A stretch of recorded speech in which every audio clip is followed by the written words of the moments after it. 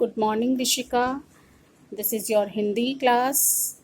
आपके हिंदी में दो बुक हैं, हिंदी कोर में दो बुक हैं। एक है आरोह भाग 1 और दूसरी है वितान भाग 1। वितान में आपकी बुक में स्टोरीज़ हैं और आरोह में जिस तरह आपके क्लास 10th में दो भाग थे, गद्य और पद्य, ठीक उसी तरह आरोह में भी दो भाग हैं, गद्य और पद्य। लेकिन आज हम शुरू करने जा रहे हैं मुंशी प्रेमचंद का नमक का दरोगा पाठ, और यह गद्य भाग से पहला पाठ है आपका। आज हम सबसे पहले पढ़ेंगे लेखक परिचय, यानी मुंशी प्रेमचंद जी के जीवन के बारे में हम सबसे पहले जानेंगे।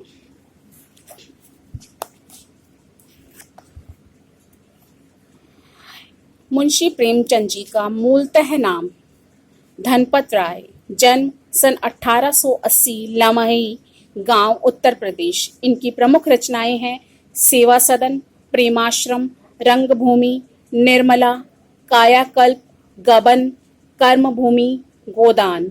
उपन्यास है इनका सोजे वतन, मानसरोवर के 8 खंड हैं, गुप्तधन। कहानी संग्रह है इनकी करबला, संग्राम, प्रेम की देवी। नाटक हैं कुछ विचार, विविध प्रसंग और निबंध संग्रह। इनकी मृत्यु सन 1936 में हुई। प्रेमचंद हिंदी कथा साहित्य के शिखर पुरुष माने जाते हैं, यानी कि ये प्रसिद्ध लेखक हैं हिंदी साहित्य के। कथा साहित्य के इस शिखर पुरुष का बचपन अभावों में बीता। स्कूली शिक्षा पूरी करने के बाद पारिवारिक समस्याओं के कारण जैसे तैसे इन्होंने बीए तक की पढ़ाई की। अंग्रेजी में एमए करना चाहते थे, लेकिन जीवन यापन के लिए नौकरी करनी पड़ी। सरकारी नौकरी मिली थी, लेकिन महात्मा गांधी के असहयोग आंदोलन में सक्रिय होने के कारण इन्हें त्याग पत्र देना पड़ा। राष्ट्रीय आंदोलन से जुड़ने के बावजूद लेखन कार्य सुचारू रूप से चलता रहा, यानी कि इनका लेखन कार्य जो है भली भांति चलता रहा। पत्नी शिवरानी देवी के साथ अंग्रेजों के खिलाफ आंदोलनों में हिस्सा लेते रहे। उनके जीवन का राजनीतिक संघर्ष उनकी रचनाओं में सामाजिक संघर्ष बनकर सामने आया, जिसमें जीवन का यथार्थ और आदर्श दोनों था।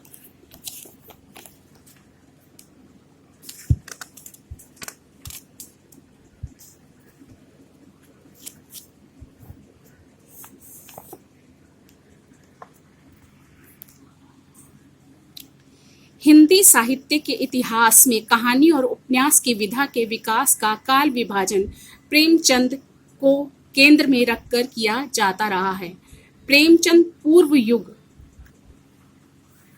प्रेमचंदोत्तर युग, यह प्रेमचंद के निर्विवाद महत्व का एक स्पष्ट प्रमाण है। वस्तुतः प्रेमचंद ही पहले रचनाकार हैं जिन्होंने कहानी और उपन्यास की विधा को कल्पना और रोमानियत के धुंधलके से निकालकर यथार्थ की ठोस जमीन पर प्रतिष्ठित किया। यथार्थ की जमीन से जुड़कर उनकी किस्सा गोई तक सीमित न रहकर पढ़ने पढ़ाने की परंपरा से भी जुड़ी। उनकी हिंदुस्तानी उर्दू मिश्रित भाषा का विशेष योगदान रहा। उनके यहाँ हिंदुस्तानी भाषा अपने पूरे ठाट बाट और जातीय स्वरूप के साथ आई है। आज जो हम कहानी पढ़ेंगे वो है नमक का दरोगा। यहाँ दी गई कहानी नमक का दरोगा का प्रथम प्रकाशन 1914 ईस्वी प्रेमचंद की बहुचर्चित कहानी है, जिसे आदर्शोन्मुख यथार्थवाद के एक मुकम्मल उदाहरण के रूप में देखा जा सकता है। कहानी में ही आए हुए मुहावरे को ले यह धन के ऊपर धर्म की जीत की कहानी है, यानी कि धन को हराकर धर्म की विजय हुई है। धन और धर्म को हम क्रमशः सद्वृत्ति और असद्वृत्ति और अच्छाई और असत्य और सत्य इत्यादि कह सकते हैं। यानी धन को हम असद्वृत्ति, बुराई, असत्य कह सकते हैं और धर्म को सद्वृत्ति, अच्छाई और सत्य कह सकते हैं। कहानी में इनका प्रतिनिधित्व क्रमशः पंडित आलोपीदीन और मुंशी वंशीधर नामक पात्रों ने किया है। यानी इस कहानी के दो मुख्य पात्र हैं, एक है पंडित आलोपीदीन और दूसरे हैं मुंशी वंशीधर। ईमानदार कर्मयोगी मुंशी वंशीधर को खरीदने में असफल रहने के बाद पंडित आलोपीदीन अपने धन की महिमा का उपयोग कर उन्हें नौकरी से मुअत्तल करा देते हैं। मुअत्तल करवाना मतलब उन्हें हटवा देते हैं, लेकिन अंततः सत्य के आगे उनका सिर झुक जाता है। और आलोपीदीन का अंत में क्या होता है?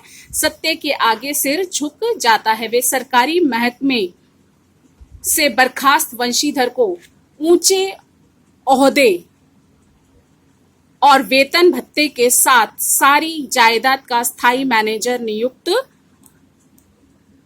करते हैं और गहरे अपराध बोध से भरी हुई वाणी में निवेदन करते हैं कि परमात्मा से यही प्रार्थना है कि आपको सदैव वही नदी के किनारे बेमुरव्वत मतलब किसी का लिहाज न करने वाला उद्दंड किंतु धर्मनिष्ठ दरोगा बनाए रखे। कहानी के इस अंतिम प्रसंग से पहले कि समस्त घटनाएं प्रशासनिक और न्यायिक व्यवस्था में व्याप्त भ्रष्टाचार तथा भ्रष्टाचार की व्यापक सामाजिक स्वीकार्यता को अत्यंत साहसिक तरीके से हमारे सामने उजागर करती है। ईमानदार व्यक्ति के अभिमन्यु के समान निहत्थे और अकेले पड़ जाने की यथार्थ तस्वीर इस कहानी की बहुत बड़ी खूबी है।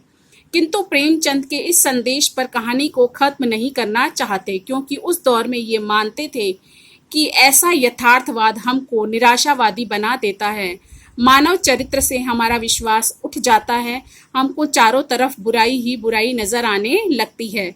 उपन्यास का शीर्षक निबंध से, इसलिए कहानी का अंत सत्य की जीत के साथ ही होता है।